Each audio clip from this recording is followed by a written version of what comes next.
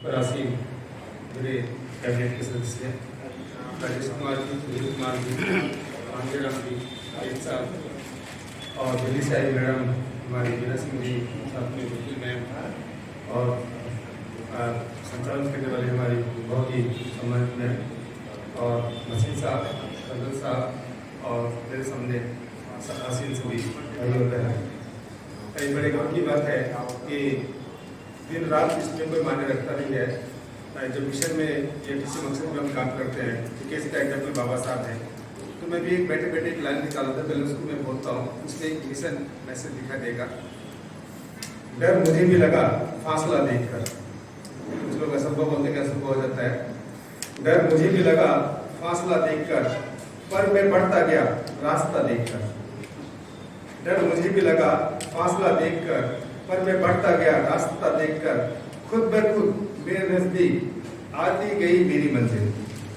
Important word है इसका। खुद ब खुद मेरे नजदीक आती गई मेरी मंजिल, मेरा हौसला देखकर। बहुत बढ़िया।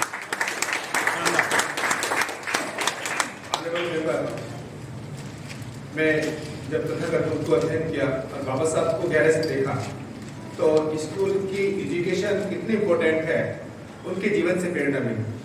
18 घंटे पढ़ना, दिन रात एक करना और मानव कल्याण के लिए कार्य करना, वो केवल यही कर सकते हैं वो डॉक्टर बी आर अम्बेडकर महामानव ने किया।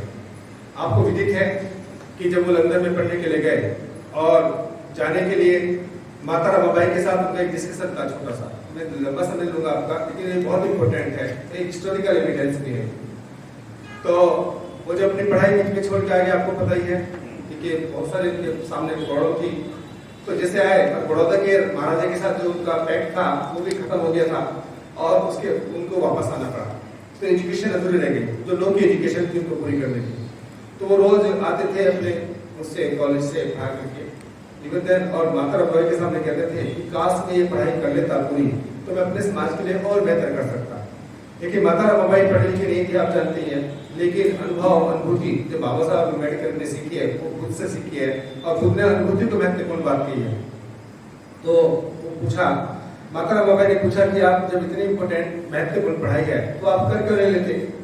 तो उन्होंने कहा कि मेरे पास पैसे नहीं है, अगर मैं 2-4 हजार रुपये अपने दोस्तों से ले लूंगा, लेकिन बाकी पैसे तो मेरे पास नहीं है। तो आपको ज्ञात होगा सामान्य साथियों कि बाबा साहब जो 400 रुपये की लगभग तनख्वाह में जो यूनिवर्सिटी में लेक्चर रिसीव करते थे, उनमें से वो मात्र 50 रुपये माता रमाबाई को खर्चे के लिए देते थे और बाकी 350 रुपये समाज के लिए ही खर्च करते थे। तो माता रमाबाई खोली में गई, खोली आप समझते हैं, जो उनका घर का चौल के अंदर गई और उसमें जो कपड़े में इकट्ठे करते थे पैसे, तो कपड़े में जो पोटली बांध रखी थी उसको लेकर के बाबा साहब के सामने रख दिया। और बाबा साहब ने उसको देखा तो लगभग उनको 18-2000 के आसपास को काउंटिंग में आया। तो बाबा साहब की आंखें आंसू थे कि मैं इतना तो सोच नहीं पाया जितना रमाबाई ने इतना गहरा सोच रखा था, और वो उस खर्चे में से कैसे बचाया उन पैसों को परिवार के खर्चे में से और मेरे सामने रखे थे। तो बाबा साहब ने इस बात को कई बार जिक्र भी किया माता रमाबाई के। तो ऑनरेबल मेंबर जब वहाँ पे गए, वो विदेश चले गए ना, लंदन के लिए गए, और आपको पता ही है जब वो लाइब्रेरी में एंट्री करते थे उस समय का टाइमिंग और निकलने का टाइमिंग आप ध्यान से देखेंगे, वो इस पीरियड्स में वो केवल एक मछली यूज करते, वहाँ पे मछली और ब्रेड का ही प्रयोग करते थे और वो पूरा दिन उसको निकाल देते। तो उनको डाउट हुआ जो वहाँ का लाइब्रेरियन था कि ये बाबा साहब अम्बेडकर साहब जो अंदर आते हैं, ये इनके पास शायद रहने के घर व्यवस्था नहीं होगी, इनके पास साधन नहीं होगी, शायद इतना समय यहाँ पे लगाते हैं। तो उन्होंने पूछ लिया कि आप कितने समय लगाते हैं लाइब्रेरी में, इसका रीजन क्या है, आप क्या करते हैं यहाँ पे? तो बाबा साहब मुस्कुराए, क्योंकि महान व्यक्ति अपने मुस्कुराहट से आंसर देते हैं। तो बाबा साहब मुस्कुराए कि जो मैं करता हूँ वो नोट्स तो उनकी जेब में रहते थे कि मैंने ये किताबें पढ़ी है, आप जाके कॉल करो, देखो, जाके खोलो, तो वो जहाँ से पूछोगे मैं उसका आंसर कर सकता हूँ। और आप विश्वास करेंगे, बाबा साहब जो भी एक लाइन बात पढ़ लेते थे वो उनकी मेमोरी में हमेशा के लिए चली जाती थी। मतलब इतने बड़े विद्वान इस धरती पे साथ मानव कल्याण के लिए आचरित हुए। तो ये क्या भी कहने क्या चाह रहा हूँ आपको कि एजुकेशन का इतना बड़ा महत्व होता है जीवन में। बाबा साहब ने केवल कलम की ताकत से ही ये सारी मानवता को उसका एक मुकाम दिया, पूरी मानवता को एक रेस्पेक्ट दिया, उस मानवता में सभी लोग आते हैं। अगर आप खुद की दृष्टिकोण से देखें तथागत बुद्ध सिद्धार्थ का बुद्ध में कन्वर्जन, जो भी बुद्धाचार्य की डिग्री की प्राप्त की है और कुछ लोग अनुभव भी करते हैं, तो सिद्धार्थ का बुद्धत्व में कन्वर्जन या बुद्ध में कन्वर्जन, ये दुनिया की बहुत बड़ी घटना है। उसको एज ए भगवान नहीं देखा जा सकता, उनको एज ए कन्वर्जन देखिए। अभ्यास शब्दों का खेल है, सारा जो वर्ड में खेल चल रहा है वो शब्दों का ही है। एक शब्द आपके मनोबल बढ़ाता है, आपको अछूत, ढोल, गवार, शूद्र, पशु, नारी, ये सब तारण के अधिकारी। इस शब्द से आप क्या प्रेरणा लेते हो?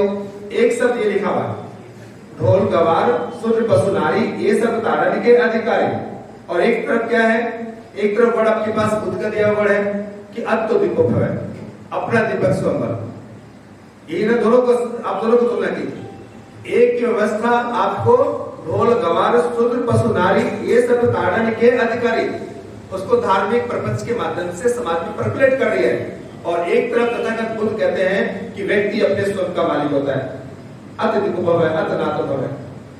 ये ना, अगर बुद्धत्व की बात करते हैं तो ज्ञान की बात करते हैं, तो ज्ञान की प्रक्रिया में सारे धरती के मनुष्य के अंदर वह गुण होता है जो एक बुद्धत्व प्राप्त करने का होता है। वह ना हिंदू होता है, ना मुसलमान होता है, ना सिख होता है, ऐसा ही होता है। वो मेल फीमेल के रूप में उसका जो निर्माण होता है वो प्रकृति के नियम के अनुसार एक ही कंटेंट से होता है। ये सभी जानते हैं आप। अगर आप बायोलॉजिकली आप डिफरेंस करेंगे, जो टीचर बैठे साथी यहाँ पे या अन्य भी जानते हैं, या डॉक्टर की मेडिकल भाषा में देखें तो हमारा जन्म कैसे होता है। मैं कई बार लोगों से पूछता हूँ कि टेल मी, जो आप जो माहौल में देख रहे हो, जो आपने इतना डिप्रेस माहौल बना दिया है, एक इतना अनइजी माहौल बना दिया, एक मनुष्य के खिलाफ दूसरा मनुष्य कैसे बोल रहा है, एक छोटा सा बच्चा भी कैसे एक भाषा का प्रयोग कर रहा है। आप फिर समझने के लिए बोलने जा रहा हूँ कि ये हमारे दुश्मन है, ये बच्चे को बचपन से बता दिया जा रहा है। ये जो इस तरह की वेशभूषा पहनते हैं, इस तरह के ये उनका ये दाढ़ी पूछ रखते हैं, इस तरह के जो क्रियाकलाप करते हैं, ये हमारे दुश्मन है। इसे कौन बता दिया उसको?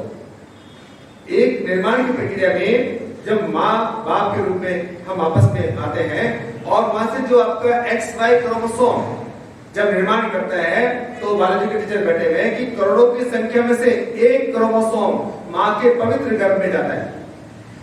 एक क्रोमोसोम मतलब एक जीव जो हम बन के आ रहे हैं, सुलेख बन के आ रहा है, वो कई करोड़ों में से एक माँ के गर्भ में एंटर करता है और एक माँ के गर्भ में से एंटर आता है, इसके साथ मिलता है। दोनों के मिलने से एक वजूद आता है जिसको मनुष्य का नाम देते हैं। और प्रकृति का सुंदर रूप देखिए आप कि इस स्ट्रक्चर में जो मानवीय स्ट्रक्चर ढांचा मिला है, अर्थात जो मानवीय चेतना हमको मिली है, जिसके द्वारा हम अच्छे बुरे का, सुख का, दुख का अनुभव करते हैं, इसके द्वारा हम जो अनुभूति प्राप्त करते हैं, उसके जो ब्रेन है, जो माइंड है, उसमें जो प्रक्रिया होती है उसको लगभग 80 बिलियन न्यूरो सेल्स इस तरह से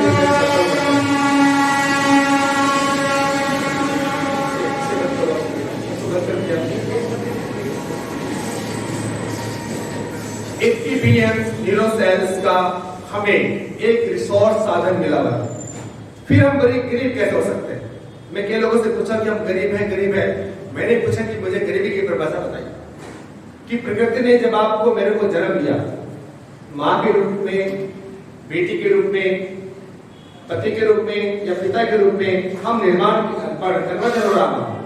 एक छोटा बच्चा एक माँ के या बाप के रूप में कन्वर्ट होता चला जाता है, अंतगत बाबा के रूप में कन्वर्ट होता है, दादा के रूप में कन्वर्ट होता है, नाना के रूप में कन्वर्ट होता है, अंतगत धरती छोड़ के चला जाता है।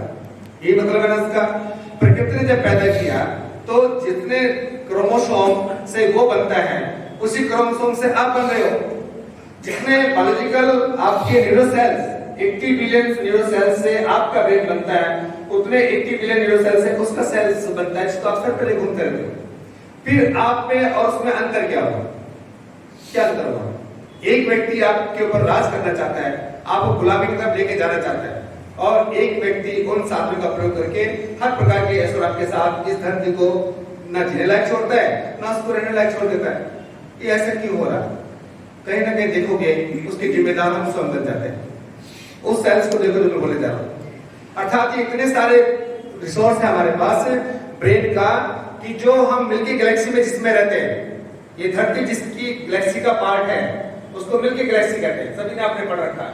उस मिल्की गैलेक्सी में सन इसका मेन सोर्स में आ जाता है, और अर्थ के ऊपर हम जीवन जी रहे हैं।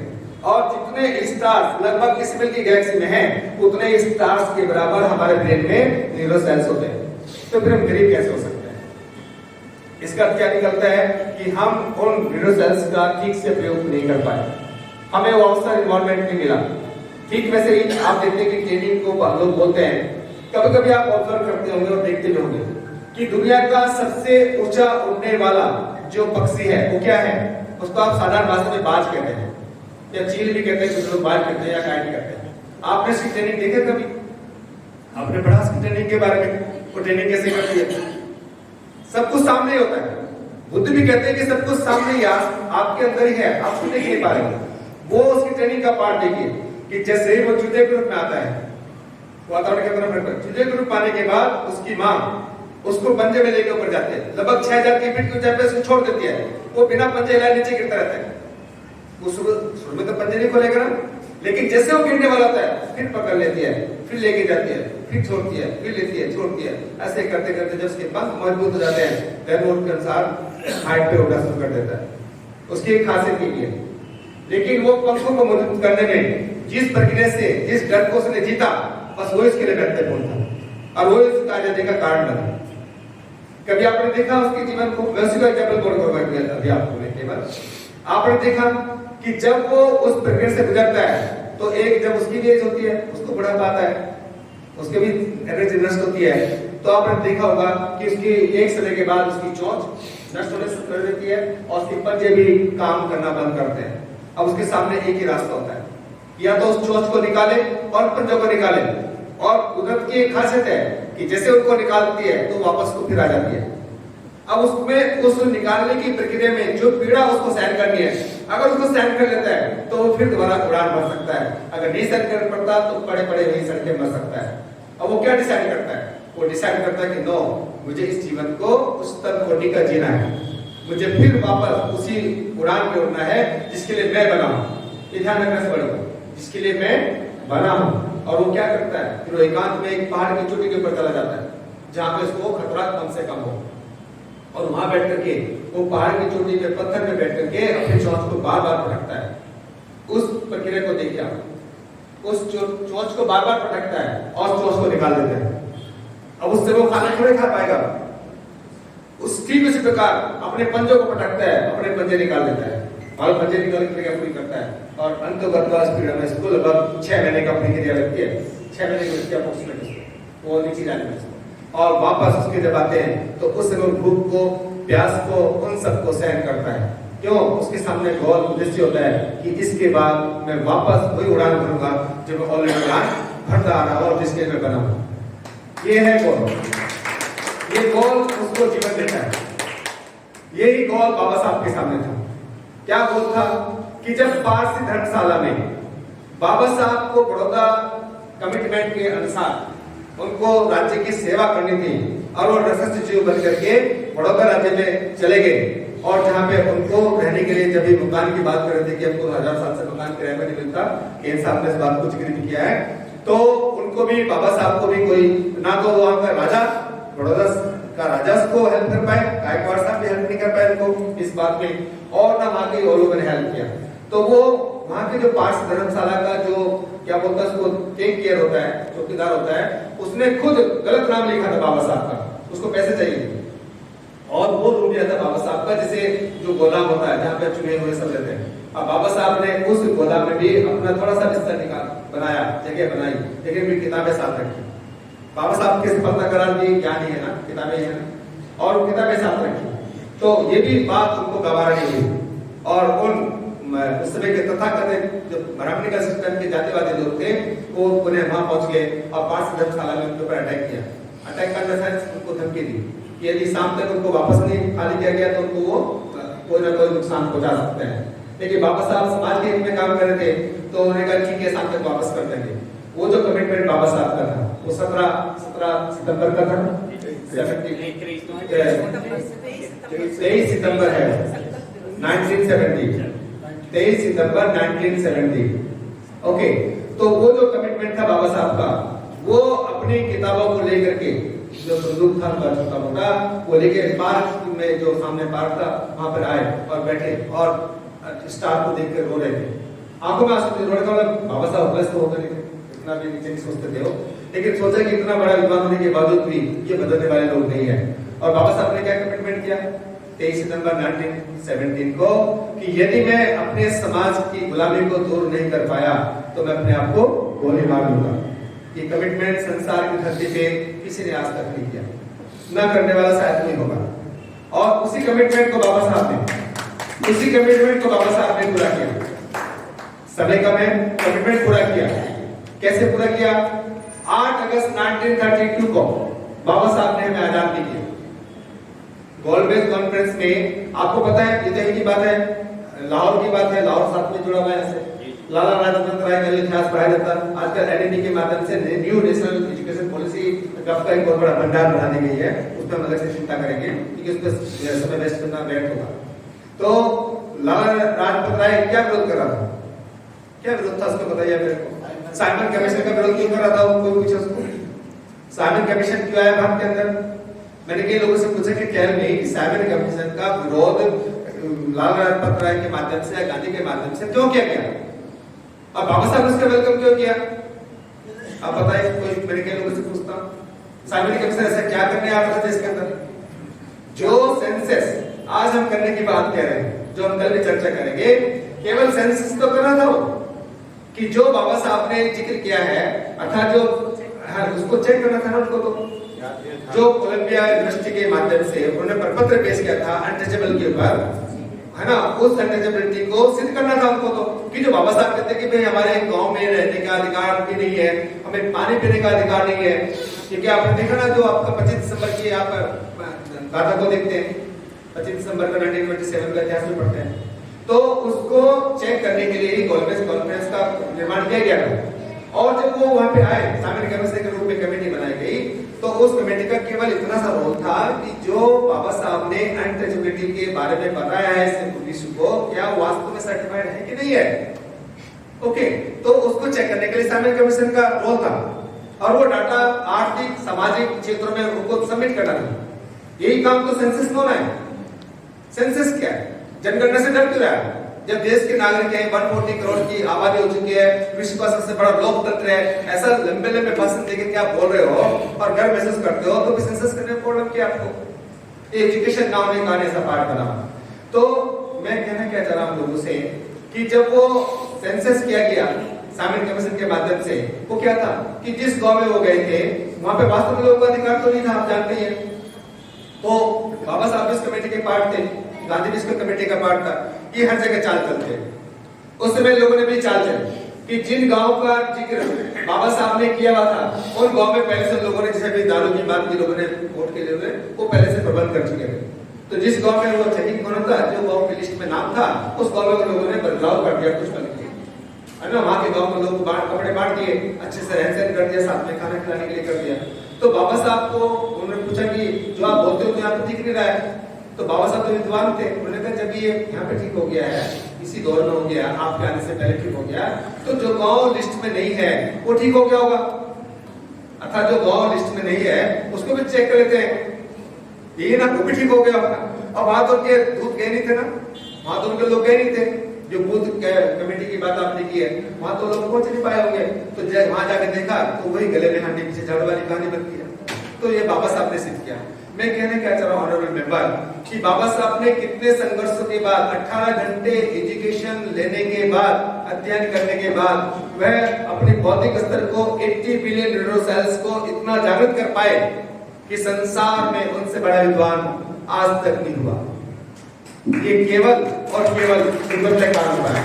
तो क्या हम वापस इस दुनिया में वापस बाबा साहब के बाद क्या हम बाबा साहब बना पा रहे हैं? क्या हम डॉक्टर अम्बेडकर नहीं बनाना चाहिए हमको? क्या हमें डॉक्टर अम्बेडकर नहीं चाहिए? चाहिए ना हमको। तो क्या हमें ज्योतिबा फुले नहीं चाहिए? क्या हमें सावित्रीबाई फुले नहीं चाहिए? या हमें रमाबाई नहीं चाहिए? हमें सभी चाहिए ना। जब हमें सभी चाहिए तो वो चाहना कैसे पूरा करना, वो चाहने कैसे पूरा करना, वो कहां से चाहते हो? ठीक वही चाहत जब आपके अंदर आती है, उस चाहत के द्वारा ही आप सिस्टम बनाने की बात करते हो। तो सिस्टम है स्कूलिंग सिस्टम। हम कोई नया काम नहीं करने जा रहे, ये काम हमारे पूर्वज कर चुके हैं। Nalanda, Takshashila, Vikramshila 38 university world Asia में हम लोगों ने बनाई। 38 यूनिवर्सिटी हम लोगों ने बनाई। वो कहाँ है? इतने महान वंश के हम लोग हैं। आज वो मुस्लिम बने हैं या वो सुरकाश के रूप में हैं या एसटी के रूप में हैं या ओबीसी के रूप में हैं, वो सारे 85% कौन लोग हैं? ये आप ही तो लोग हैं, ये सभी हम ही लोग हैं। हमारे महान पूर्वजों ने महान काम किए, लेकिन उस महान कार्य को हम आज भी अपने समाज को ज्ञान की प्रक्रिया में शामिल करने में असफल हो रहे हैं। इसका कारण ये है कि आपके पास कोई सिस्टमेटिक योजना नहीं है। यही तो मतलब है इसका। आपको सिस्टमेटिक योजना बनाने का मतलब होता है कि आपकी स्कूल प्रॉपर बनाना आपकी ड्यूटी बनती है, आपका नैतिक ड्यूटी बनती है। अब उसको पूरा कैसे करना है? अभी जो मैडम ने कहा कि हम उसको विशेष तौर पे करने जा रहे हैं, सिंपल फॉर्मूला है, बहुत ही सिंपल फॉर्मूला है। पंचशील का सिद्धांत। 5 रुपए ही क्यों रखे गए? मैं जैसे समझ लूंगा आपका, बाकी तो मैं कल बात करूंगा आपसे। 5 रुपए ही क्यों रखे गए? ये लोग क्वेश्चन पुट अप करते हैं। 5 रुपए से स्कूल कैसे बन जाएगा, ऐसे लोग बोलते हैं। अब प्रश्न ये खड़ा होता है कि स्कूल किसके लिए बनता है? स्कूल किसकी नीड्स है? स्कूल हर उस व्यक्ति की नीड है जो इस धरती पे जन्म ले रहा है, जो भारत में जन्म ले चुका है या वर्ल्ड की किस धरती पे जन्म ले चुका है, उसके व्यक्ति की नीड है। जब उसकी नीड है तो फिर इसकी प्रक्रिया से उसको आना पड़ेगा, इस प्रक्रिया में शामिल होना पड़ेगा उसको। 5 रुपए का सिद्धांत पंचशील का सिद्धांत है। 5 रुपए का सिद्धांत उसकी नमाजी जो व्यवस्था है उसको स्थापित करने का सिद्धांत है।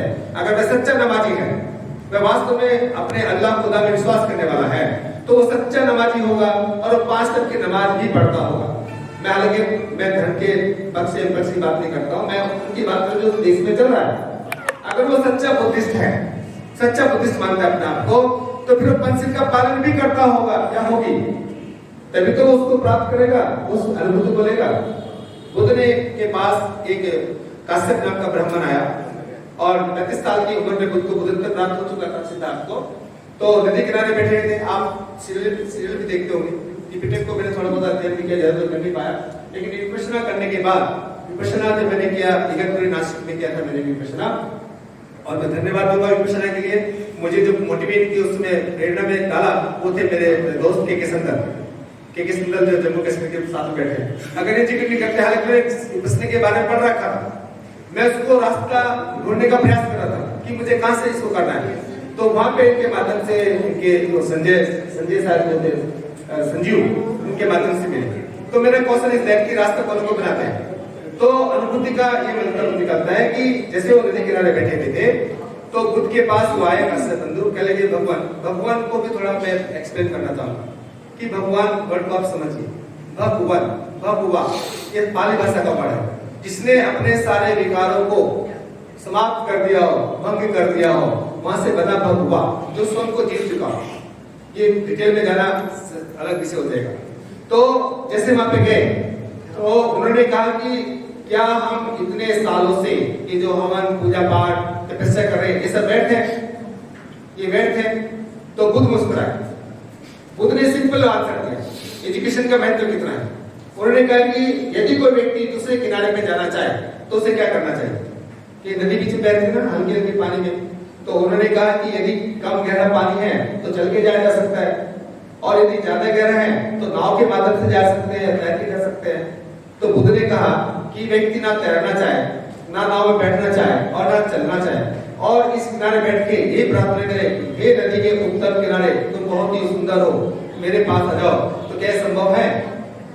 तो कह लेंगे तो भगवान संभव नहीं है। तो ऐसे व्यक्ति क्या बोलेंगे? ऐसे व्यक्ति तो महामूर्ख कहा जाएगा, ऐसा व्यक्ति तो महामूर्ख होगा, क्योंकि नदी किनारे 2 किनारों से ही नदी बनती है, 2 किनारे एक हो नहीं सकते। तो मेरा तात्पर्य कहने का ये है कि आपको खुद कहते हैं कि मैं केवल स्वयं रास्ता बता के ये कहना चाहता हूँ कि स्वयं चलना तुम्हें पड़ेगा, रास्ता मुझे बताना। ठीक वैसे ही बाबा साहब ने रास्ता बताया, चलना स्वयं पड़ता है। बाबा साहब की मूर्ति लगाने से, बाबा साहब के सामने फूल डालने से, बाबा साहब का जय भीम करने से ही उन्नति होने वाली आपकी नहीं है। बाबा साहब ने जो मार्ग दिया है और जो कड़वी दवाई दी है, उसको खाना, उसको ग्रहण करना, उसको अमल करना ही आपकी बीमारी से छुटकारा दिलाने में सहायता करेगी। ये संभव कब होगा? जब आप ये स्कूल होंगे। तो मैं संक्षेप में ये कहना चाहता हूँ कि प्रत्येक गांव का जो आपको करना है, जो आप सबने कल भी रेजोल्यूशन में आ जाएगा, हमें करना क्या है? हम सबका एक ही विषय है, रिटायरमेंट के पहले हो या बाद हो या यंग हो या जवान, हमारे बच्चे हो या मेरी बेटी हो या मेरी बहन हो, सामने बेटी सिस्टर है, सभी है, इन सब का सामूहिक रोल है। क्या रोल है कि जो हमारे गुर्बत के दिनों में लोग जी रहे हैं, गुर्बत में जी रहे हैं, जो गर्मी में जी रहे हैं, वो पढ़ना तो चाहेगा ना। आप घर में जाएंगे, उनके सुख दुख में शामिल होंगे, उनसे पूछेंगे, तो 5 रुपए का सिद्धांत है। 5 रुपए का सिद्धांत मैंने पहले भी कहा था। पानाति पाता वीरमणि सिक्कापदं समादयामि, आदिन्य दाना वीरमणि सिक्कापदं समादयामि, काव्येषु मिच्छाचारा वीरमणि सिक्कापदं समादयामि, मुषावादा वीरमणि सिक्कापदं समादयामि, सूरा वीर मध्य प्रमाद ठाना वीरमणि सिक्कापदं समादयामि। ये 5 गुण उसके परिवार में जाएंगे। 5 रुपए से 5 गुण उसके परिवार में जाते हैं और एक अच्छा संस्कारी व्यक्तित्व बनने के वो शामिल हो जाता है। अतः उसका भला करने के लिए आप जा रहे हैं कि आप तो उसको जान चुके हैं, तो इसलिए 5 रुपए का सिद्धांत इम्पोर्टेंट है, महत्वपूर्ण है। इसलिए 5 रुपए से आपको 18 रुपए साल की मिलेगी। कितना बड़ा कंट्रीब्यूशन आपका रहेगा। 18 रुपए साल के आपके पास आ रहे हैं, वो आपका एक क्या है, एक एडिशनल नहीं है, आपका कंटिन्यूअस प्रोसेस है जो धर्म की दीक्षा में, मानवता की दीक्षा में सम्मिलित हो गया है। वहां पे छोटे बड़े का भेदभाव हमेशा के लिए समाप्त हो गया, अर्थात समता का आ गया। तो समता के भाव में लाना ही हमारा उद्देश्य है। 5 रुपए प्रत्येक व्यक्ति को समता के भाव में स्थापित करेगा। दान की सीमा नहीं होती, दान की कोई लिमिट्स नहीं है। और धर्म दान दुनिया का सबसे बड़ा दान तथागत बुद्ध ने स्वयं का है, अर्थात ज्ञान का दान ही दुनिया का सबसे बड़ा दान माना जाता है। ये जीवन को हमें छोड़ के जाना ही और नेवर मिलना, लेकिन इस जीवन के द्वारा आपने कौन से अच्छे कर्म किए गए, सारे कर्मों के माध्यम से जीवन आपका संपादित होता है। ये अनुभव तो मैं नहीं कह सकता, लेकिन जो वास्तव अनुभूति की बात बुद्ध ने की है, त्रिपिटक में की है, और वो सच ही है। बुद्ध कभी झूठ नहीं बोलते, बुद्ध हमेशा सच ही बोलते हैं। तो ऑनरेबल मेंबर, केवल बुद्ध की भाषा में जो अष्टांगिक मार्ग बुद्ध ने दिया है, मैं उसकी बात को करते समाप्त करूंगा कि 5 रुपए के सिद्धांत से हम देखेंगे हम चाहते क्या है। हम केवल एक वर्ड चाहते हैं कि समाज में एक सम्यक दृष्टि बने। सम्यक दृष्टि क्या होती है कि जो जैसे उसको देखने की पावर बन जाना, ब्रेन का वह लेवल कि जहां जो जैसे उसको देख सके। वह घोड़े में, हाथी में, गणेश में, सन में, शनि में सच्चाई देखने का प्रयास करे। वह शनि उसको हजारों लाखों किलोमीटर से प्रभावित करता है। ये इस एसएमएस में जो बड़ा हुआ व्यक्ति है, ज्ञान का बड़ा व्यक्ति है, ये अनुभूति प्राप्त कर सके, अर्थात सच्चाई को जान सके। तो उसमें करना क्या है हमको, एक गांव से हमारे 5 मेंबर्स बनाए जाएंगे, जो उसमें 2 लेडीज 3 जेंट्स या 3 लेडीज 2 जेंट्स। ये समता का भाव बता रहा है जो पूरी पॉलिसी हमारी है, इस पे हम लोग काम करने जा रहे हैं। उस पॉलिसी में 5 लोग एक गांव से आगे, और एक ब्लॉक में मान लीजिए 50 गांव हैं, तो 500 250 लोग आपके पास आपके बोर्ड ऑफ गवर्नर बनेंगे। इसलिए बोर्ड ऑफ क्या बोलते हैं, जनरल बॉडी के मेंबर बनेंगे। वो जनरल बॉडी के मेंबर एक ब्लॉक में बने, और आपके पास 11 ब्लॉक हैं, तो 11 से 25 गुना करेंगे तो ये संख्या आपकी बैठक के लगभग कितने बैठ जाएगी, आप अंदाजा लगा सकते हैं। 11 तो 22, तो 22 तो बैठते हैं, और उसमें कम से कम 2500 के आसपास, 25 से 2500 के आसपास बैठेंगे। 2500 लोग आपके होते हैं, और पूरे जिले में कितने बैठेंगे, लगभग 5000 का डाटा हमारा है। एक जिले से के 5000 आपके जनरल बॉडी के मेंबर होंगे। वो रिप्रेजेंटेटिव किसके होंगे, वो अपने गांव के रिप्रेजेंटेटिव होंगे। और 5000 लोग केवल मात्र एक वीक में भी काम करते हैं, करेंगे, तो आप 10 लोग को जोड़ते हैं तो आपके 50,000 होते हैं। केवल आपका 1 साल का टारगेट है, तो 5 लाख 100 लोगों को जोड़ने का मतलब ज्यादा समय लगता है आपके पास, तो 5 लाख का पहला इनिशियल टारगेट पूरा करना है। 28 से हमारे पास 90 करोड़ रुपए साल के हमारे पास आएंगे, वो लगातार आएंगे। इस प्रक्रिया में जो बच्चे हमारे स्कूल में एडमिशन लेंगे, उनसे कोई फीस नहीं ली जाएगी। वो जो उसने डोनेशन दिया है 5 रुपए का, उसके पिताजी ने उसकी भागीदारी निभाई है, वो उसका सारा डोनेशन है, उसका एडमिनिस्ट्रेटिव एक्सपेंडिचर में आ जाएगा, उसको स्वतंत्रता मिलेगी। दूसरा क्वेश्चन ये समझ में खड़ा हो सकता है आपका, इसके 3 फैक्टर आने वाले हैं। बाबा साहब ने कहा था कि इकोनॉमिक, पॉलिटिकल और कल्चरल, ये 3 पावर व्यक्ति के सोशल चेंज में काम करती है। ये बस लास्ट पॉइंट है मेरा, इकोनॉमिकल डेवलपमेंट, सोशल डेवलपमेंट और कल्चरल डेवलपमेंट। ये तीनों कहां से आ रही है, ये सामने आपको दिख रही है, यहां से आ रही है। ये तीनों यहां से आ रही है। कैसे, जब आपके पास किसी भी जिले में 5 लाख आपके लोग हैं, तो कॉन्स्टिट्यूएंसी में वोटर कितने होते हैं आपके पास, क्यों कॉर्पोरेटर साहब बता देंगे। 5 लाख अगर मेंबर आपके बनते हैं, आपकी सोसाइटी बनते हैं, तो वहां की पावर किसके पास रहेगी, वो आपके पास रहेगी। ये विजन समाज को देना है, ठीक है। आपके परमानेंट मेंबर हैं, आपके वो आपकी व्यवस्था को चलाने वाले लोग बन चुके हैं, तो अपना चुनाव स्वयं करेंगे, जिसको बाबा साहब ने 1932 में कम्युनल अवार्ड के माध्यम से हमें पावर दी कि अपना चुनाव खुद करेंगे। ये वहां से आएगा। दूसरा पॉइंट है इकोनॉमी। एक स्कूल में मिनिमम आपके मालूम 50 लोग काम करते हैं, 50 टीचर हैं, सिस्टर हैं और भाई बंधु हैं काम करते हैं। और आपके पास एक जिले में अगर आपके पास 50 की स्कूल बनाएंगे, अगर इसलिए अभी यूज कर रहा हूं मैं क्योंकि तो होने वाला है, वो हो जाएगा। 50 स्कूल आपके हैं और आप एक स्कूल में 50 लोगों को एम्प्लॉयमेंट जनरेट कर रहे हैं, तो आपके पास 2,500 लोगों को आप रोजगार देते हैं। Is it clear? और 2,500 लोगों का इकोनॉमी करना पड़ेगा। लेकिन जो बाबा साहब का ड्रीम था और जो मान्यवर का ड्रीम था कि अपना पैसा अपने पास नहीं जाएगा लाला के पास। अब ध्यान से देखना, भट्ट जी सेठ जी के बारे में बोल रहा हूँ। जो इकोनॉमी आप उनके डेवलप कर रहे हैं और जो आपके खिलाफ वो काम कर रहे हैं, आपके सामने आपके मंच लगा करके आपकी आरक्षण पॉलिसी को वो पूरे देश में बदनाम कर रहे हैं और हमें डिफेंड कर रहे हैं। अब तो वो खुले चैलेंज कर रहे हैं, अब तो वो आरक्षण पॉलिसी को खुले चैलेंज करने लगे हैं और घर घर में उन लोगों ने अपना एक अभियान चला रखा है और हमको जस्ट लाइक द्वंद दर्जे का व्यक्ति घोषित कर चुके हैं वो लोग। अभी उन्होंने एक व्यवस्था और बनाई है, उन लोगों ने एकल विद्यालय व्यवस्था बना दी है और सरकार के माध्यम से वो एकल विद्यालय का निर्माण करते हैं। उसमें संस्कृत विद्यालय बना दिए लोगों ने, शायद पता होगा आपको, संस्कृत विद्यालय बन गए। संस्कृत विद्यालय में अपनी संस्कृति में संस्कृत पढ़ाने के लिए काम करेंगे और उनको जो ओरिएंटेड कर रहे हैं। आप कहीं भी आने उनके दायरे में नहीं आए। अभी वक्त है समाज को सचेत करने में हम भूमिका निभाएं, क्योंकि हमें चले अपने आप से, उनसे नहीं। तो ये जो है जनरेशन चलेगा। मैं जो वर्ड बोला था इकोनॉमिक डेवलपमेंट का, वो जो 5 लाख का डाटा अपने जिले में से लिया है, तो 5 लाख लोग अगर मिनिमम 5,000 रुपए अपने ऊपर खर्च करते हैं खाने पीने पर, तो पैसा कहाँ जाता है? वो पैसा इंडस्ट्री किसकी है? इंडस्ट्री उन्हीं की है। दुकान किनकी है? उन्हीं की है। बिजनेसमैन कौन है? वही लोग हैं। बनाने वाला उसका भाई, नेशनल कॉर्पोरेट उसका भाई, रिटेलर उसका भाई, गांव की दुकान करने वाला उसका भाई। तो आप उस व्यक्ति को 5,000 रुपए पर मंथ का अगर कंट्रीब्यूट कर रहे हो उसकी व्यवस्था को डेवलप करने के लिए, जो आपके खिलाफ काम करता है, तो आप सोचिए कि 5 लाख लोग भी इस काम को कर रहे हैं ना, तो 25 इसमें 25 करोड़ रुपए का टर्नओवर पर मंथ आप उसको देते हो। ये थोड़ा सोच रहे हैं, समाज को बता रहे हैं। 25 करोड़ रुपए का टर्नओवर एक महीने का देते हो तो साल में कितने 1,000 करोड़ उसको दे रहे हैं आप लोग। ये समाज को समझ में आना चाहिए। ये कहां से आएगा? ये आपके स्कूलों से संदर्भ में जो ट्रेनिंग चलेगी समाज की, वो ट्रेनिंग का पार्ट बनेगा। एक मेरी बेटी मेरे से पूछ रही थी, अभी वो चली गई है, ज्योति नाम है उसका, कि स्किल डेवलपमेंट स्कूल का पार्ट होना चाहिए, ऐसा उसने सुझाव दिया। आप सबके सुझाव लिए जाएंगे, लेने के बाद में और चेंज भी किए जाएंगे। लेकिन जो फिलहाल का वर्तमान जो हमारा जो खाका है स्कूल चलाने का, हमारे स्कूल का जो सिद्धांत है, प्री प्राइमरी स्कूल है, 6 साल से पहले का स्कूल है, उससे लेकर के प्राइमरी स्कूल तक का जो सिद्धांत है, उसमें जो बच्चा पढ़ेगा, जहां एक और क्लास में प्लांट्स के बारे में पढ़ेगा, वहीं दूसरी ओर उसका फील्ड में उसका प्रैक्टिकल भी किया जाएगा। अर्थात भारतीय एजुकेशन सिस्टम को हम ऐसा बनाने जा रहे हैं कि जहां वो प्लांट को किताब में पढ़ेगा, वहीं वो फील्ड में प्लांट को लगाने की प्रक्रिया से भी गुजरेगा। अर्थात तो रिसेंटली एक बचपन वाला साइंटिस्ट के रूप में कन्वर्ट हो जाएगा। दूसरा पॉइंट, मार्शल आर्ट, कुंफू, जो फिजिकल फिटनेस में हमारी बेटी को, हमारे बेटे को मेंटल स्ट्रांगनेस देता है। जो मेंटल सेरेब्रल की आप कर रहे हैं, वो जो मेंटल स्ट्रांगनेस आएगी वो कहां से आएगी? उसकी प्रैक्टिस से आएगी। उसके डर को कौन भगाएगा?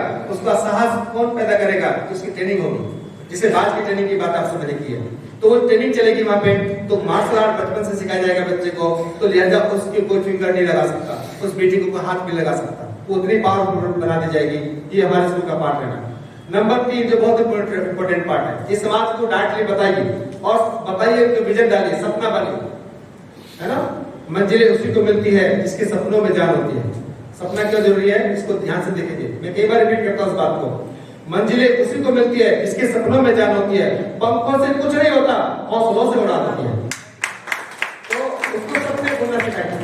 सपने बुनने का अर्थ निकलता है कि जब वो उसकी बेटी, उसका बेटा हॉर्स राइडिंग कोर्स में मान लो घुड़सवारी करेगा, तो चाहे उसका घर कच्चा भी क्यों ना हो, अभी उसके घर में जो उसके बेटे का, उसकी बेटी का पिक्चर लगेगी, घोड़े सवारी में बैठेंगे, तो वो प्रेरणा देगी। यही बाबा साहब ने इसको कहा था कि प्रेरणा देना बहुत जरूरी है। इसलिए बाबा साहब ने कहा था आपको, जो सुबह बोल रहा था आपसे कि जाओ अपनी दीवारों पे लिख दो कि तुम देश के साथ साथ हो। ये छोटा वर्ड नहीं है। आपके स्कूल आपको इतनी मान्यता देगी, आपके व्यवस्था इतनी मान्यता देगी और जहां पे स्कूल बनता है तो एडिशनल आपका अकाउंट, क्योंकि सारा बिजनेस किसको दे रहे हैं आप, तो सारा बैंक हो जाता है। जो बच्चे पढ़ेंगे उन सब बच्चों के अकाउंट कहां खोलेंगे, उन सब के बच्चों के अकाउंट आपके बैंक में खुलेंगे। एक बैंक सिस्टम डेवलप होगा। तो 5 रुपए वो स्कूल को देता है और 5 रुपए बैंक को देता है, तो 10 रुपए से उसका जीवन बदल देंगे हम लोग। ऑनली 10 रुपए से उसके जीवन में हम सूर्य के प्रकाश की भांति प्रकाश कराने में सहायक बन जाएंगे। ये हमारा कमिटमेंट है, ये हमारा दृढ़ संकल्प भी है। इस काम को हम सबको मिलकर करना है। अब आता है इसमें, ये तो हुआ वर्क चल रही है, लेकिन जो अभी बनाना है आपको, उसके लिए हम लोगों ने एक पॉलिसी बना रखी है। वो पॉलिसी क्लियर है कि जो वाम सेव के या समाज के निष्ठावान कार्यकर्ता हैं, उनसे हमने 1 लाख रुपीस का जो मेंबर ऑफ कंट्रोल है, बोर्ड ऑफ कंट्रोल है, उसको निर्माण करने की योजना पे प्रस्ताव पारित कर रखा हम लोगों। तो जो लोग हमारे साथ जुड़े हुए हैं वो 1 लाख रुपए के मेंबर के रूप में को विकसित करके हमने आगे बढ़ने का योजना बनाई गई है। वो पॉलिसी का मैटर है, उसको मैं मंच पे ज्यादा नहीं बता सकता। तो पॉलिसी का मैटर बना हुआ है, लेकिन जो लोग 18 रुपए के मेंबर इसमें बन रहे हैं, समाज के लोग हैं, वो बोर्ड ऑफ डायरेक्टर के रूप में समाज के लिए काम करेंगे। जो 5 लोग वहां से चुन के आएंगे वो आपके बोर्ड ऑफ डायरेक्टर के साथ में बैठेंगे।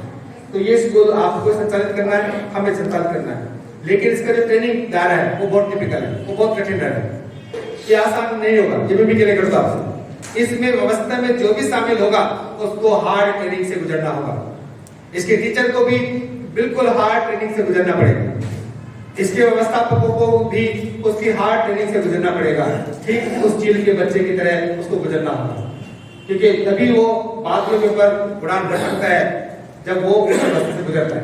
क्योंकि आपको एक व्यवस्था और पता है, आपको जब नीचे बारिश होती है, नीचे जब बारिश होती है 6000 फीट की ऊंचाई पर, तो वो बादल जो है वो ऊपर चला जाता है बादलों के नीचे। लोग घरों में बैठते हैं और बादलों के ऊपर अपने उड़ान भरता रहता है। ये जज्बा हम दिला सकते हैं, ये गुण हमारे पास है, ये हमारे डीएनए में है, क्योंकि ये हमारे महापुरुषों ने हमको दे रखे गुण।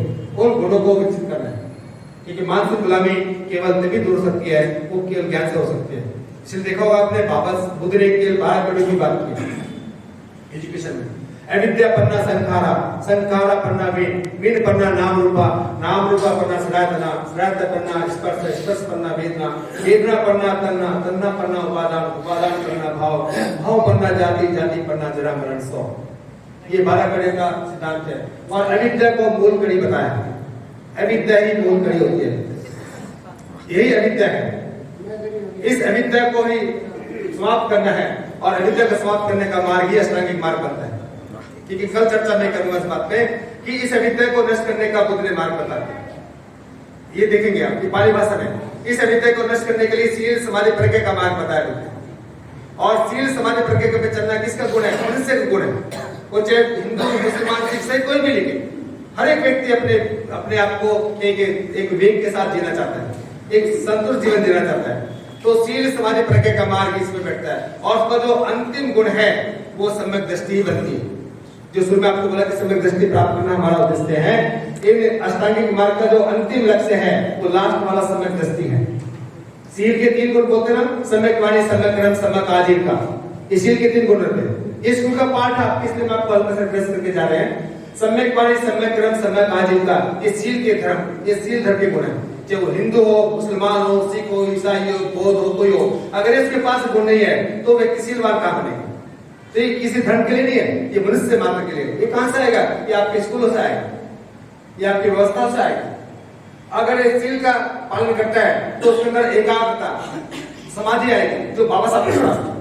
वह समाधि जो बाबा साहब ने प्राप्त की, 18 घंटे पढ़ने की समाधि प्राप्त की। उसके 3 लक्षण है: सम्यक व्यायाम, सम्यक स्मृति और सम्यक समाधि। व्यायाम, प्रयास ठीक करना, स्मृति सजग रहना और सम्यक समाधि एकाग्र रहना। ये 6 गुण जब विकसित होते हैं तब जाके वो जो लास्ट प्रज्ञा है, जिसको अविद्या को नष्ट करने का मार्ग बनेगा, वो प्रज्ञा का निर्माण किया जाता है। और प्रज्ञा का पहला 7वां गुण क्या बोलता है? सम्यक संकल्प।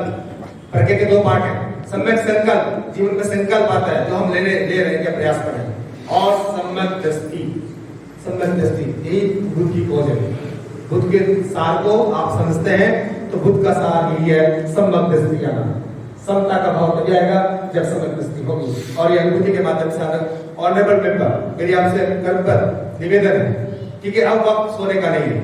हम यहाँ पे बहुत लोग हैं, ये पूरा वर्ड यहाँ बैठा हुआ है, इसको संख्या से मत देखो, ये पूरा वर्ड बैठा हुआ। अब बुद्ध भी जब बुद्ध बने तो केवल 5 लोगों को पहले दीक्षित किया और 5 और प्लस बुद्धा 6 लोगों ने मिलकर पूरे विश्व को मानवता कल्याण का पाठ पढ़ा दिया। आप तो बहुत हो। बाबा साहब के साथ भी कितने लोग थे? बाबा साहब के साथ भी उस समय नाक के बराबर लोग थे। और बाबा साहब को तो याद है, छत्तीसगढ़ के लोग आए यहाँ पे सर, कहाँ गए? किशोर जी साहब बाहर बैठे होंगे। छत्तीसगढ़ के लोग आए, रायपुर का एरिया पे देखोगा आपने। बाबा साहब को एक बार इन्वाइट किया गया, वहां पे कोई व्यक्ति सुनने तक नहीं आया और बाबा साहब ने पहली बार धरती पर उन पेड़ पौधों को एड्रेस किया था जो वहां बोलना चाहते थे। और उसी एरिया में से लगभग 13 जिलों में से एक आईएएस व्यक्ति बना, अजीत जोगी था ना, अजीत जोगी जो चले गए हैं, वो वहां का आईएएस है, उसको जिक्र करते थे वो। आपके शब्दों की बहुत वैल्यू है। वो मेरी बहन हो, मेरी बेटी हो, सामने बेटी है, मेरे भाई हो, आपकी वाणी की बहुत वैल्यू है, आपके शब्दों की बहुत वैल्यू है। आप जो सोचते हैं आप वही बनते हो। इसलिए आप सोचो कि आपको स्कूल बनना है तो बिल्कुल 100% बनना है। आपने सोच लिया कि स्कूल बनने हैं तो ये बन जाएगा, इसे कोई रोक नहीं सकता। एक बहुत खूबसूरत सिद्धांत और है कि जो 11 ब्लॉक के स्कूल बनने हैं वो तो 11 ब्लॉक के स्कूल रहेंगे, लेकिन एक सेंट्रल स्कूल होगा जिले का, जिसमें से 11 स्कूलों में से कंपटीशन के माध्यम से जो अपने बौद्धिक मतलब ज्ञान को स्तंभ कोटि तक बच्चा लेके जा चुका है, गर्ल्स बॉय, उनका सिलेक्शन करके उनको सेंट्रल विद्यालय में शामिल किया मतलब उसका एक लेवल और बढ़ाया जाएगा। ये इसका मेन खूबसूरती है। और इसके बाद ये जो यूनिवर्सिटी का कॉन्सेप्ट हुआ, जो प्रत्येक स्टेट एक स्टेट यूनिवर्सिटी का निर्माण, मालूम पूरे जिले जो उत्तर प्रदेश से 70 जिले हैं तो 70 जिलों का एक कंबाइंड सेंट्रल यूनिवर्सिटी का निर्माण किया जाएगा। ये प्रक्रम चलता रहेगा। आपको वही व्यवस्था देनी है जो आपने नालंदा तक्षशिला में दी, आपको हम कर सकते हैं। मेरा आपसे यही दोबारा फिर निवेदन है कि आप इस विचार पर विश्वास करो, विश्वास करो अपने पर, विश्वास करो उन खूबसूरत मानव दृष्टिकोण पर कि जिसके लिए आप इस धरती पर आए हो। आप अपनी बेटी के कहना चाहिए हालांकि मुझे सब अच्छे लगते हैं, अपनी बेटी के अपमान कराने के लिए धरती पर आए तो प्लीज इसको पैदा मत करो। अगर आप अपनी बेटी के सम्मान की रक्षा नहीं कर सकते तो फिर आपको पैदा करने का अधिकार भी नहीं दिया गया। आप उन हवस करने वाले लोगों के लिए नहीं पैदा करते बच्चे। आपको धिक्कार है इस बात की, आपको अन्यथा मत लेना कि यदि आप उनको मजदूरी बनाना चाहते तो फिर आपको उनको पैदा नहीं करना चाहिए। जब आप यही जैसा आप सोच रहे वैसे प्रोडक्शन कर रहे हो, ऐसा पैदावार कर रहे हो और रो रहे हो कि कोई आपको बचाएगा आकर के, क्यों बचाएगा कोई आपको आकर के? इस बेटी को खुद अपनी रक्षा करनी है, इसको अपने निर्माण के लिए खुद आगे बढ़ना है, उसको वो रास्ता देना है। यही बुद्ध का रास्ता है, यही बाबा साहब का रास्ता है, यही महापुरुषों का रास्ता है। रोने वाले के लिए दुनिया नहीं है, रोने वाले के लिए दुनिया तो बिल्कुल नहीं है। क्यों रोते हो उस दुनिया में? अरे इतनी अच्छी प्रकृति मिली है, इतने अच्छे सागर मिले हैं, ये पहाड़ मिले हैं, ये धरती मिली है, ये जीने के लिए मिली है। किसी लोग आपको कोई रोकता आपको आने के लिए? आप खुद अपने रास्ते बाधित हो। जब आप ये ठान लेते हो तो आप उन चीजों को तोड़ दोगे। हम संख्या बल में हैं, लेकिन हम क्वालिटी के तौर पर विकसित करने का एक ही मार्ग है जो बाबा साहब ने कहा था, to educate, struggle and organise. Educate, struggle and organise, ये सिद्धांत को समझिए। ये बहुत मूल्यवान सूत्र है, ये 3 रत्न हैं। जिस प्रकार बुद्धम, धम्मम और संगम है, ठीक उसी प्रकार आपका एजुकेट, स्ट्रगल एंड आपका ऑर्गेनाइज करना है। ऑर्गेनाइज कौन होगा? जो वास्तव सच्चा बुद्धिमान व्यक्ति होगा। वरना हम तो बहुत लोग नहीं आते तो उनके ऊपर ध्यान नहीं आया। उनके लिए प्रार्थना करो। जो व्यक्ति इस अच्छे वातावरण में एक अवसर मिला तब भी नहीं आ पा रहे तो शायद उनका विवेक अब तक नहीं जागा। आपने 3000 लोगों को कॉल किया, आपने अपने कर्तव्य पालन किया। किस मार्ग उसी को मिलता है ऑनरेबल मेंबर जिसके अंदर वो गुण होगा। शायद उसके लिए प्रार्थना करो कि उनका विवेक जाग जाए और माँ बेटी का विवेक जाग जाए कि वे समाज के महान रूप में शामिल हो सके। मेरे बीच में श्रीनगर से मिस्टर अफजल आए हैं, इनका स्कूल चला रहे हैं, उनका स्कूल में देखने गया। ये भी अपना स्कूल चला रहे हैं, वहाँ पे ब्रिलियंट के नाम से इनका स्कूल है। और मुझे अच्छा लगा जो बेटी अपने धार्मिक सिद्धांतों के आधार पे एक सीबीएसई की एजुकेशन ले रही है। तो मैं आपसे प्रॉमिस के साथ कहता हूँ संगठन की ओर से कि जो मैडम का स्कूल और आपका स्कूल, जम्मू कश्मीर के स्कूल को हम 100% अडॉप्ट करेंगे, 100% अडॉप्ट करेंगे। और प्रक्रिया को हम शामिल करेंगे। हमारे पास बहुत टीम है, मेरे आईएएस साथी बैठे हैं, कारपोरेट साथी बैठे, बहुत मित्र हैं जो देश में काम कर रहे हैं और जल्दी हम इसको डॉक्यूमेंटेशन के आधार पर लेकर के हम इसको पूरा करेंगे। लेकिन प्रिंसिपली जो जरूरी चीजें हैं उसमें हमें अप्लाई करनी होगी, उसका एग्रीमेंट के साथ हम मुझे पड़ेगा। तो आइए ऑनरेबल काफी देर होगी आपको, क्योंकि 6 बजे बता दिए मैंने आपकी, और उम्मीद है कल का सेशन राइट टाइम पर शुरू करेंगे।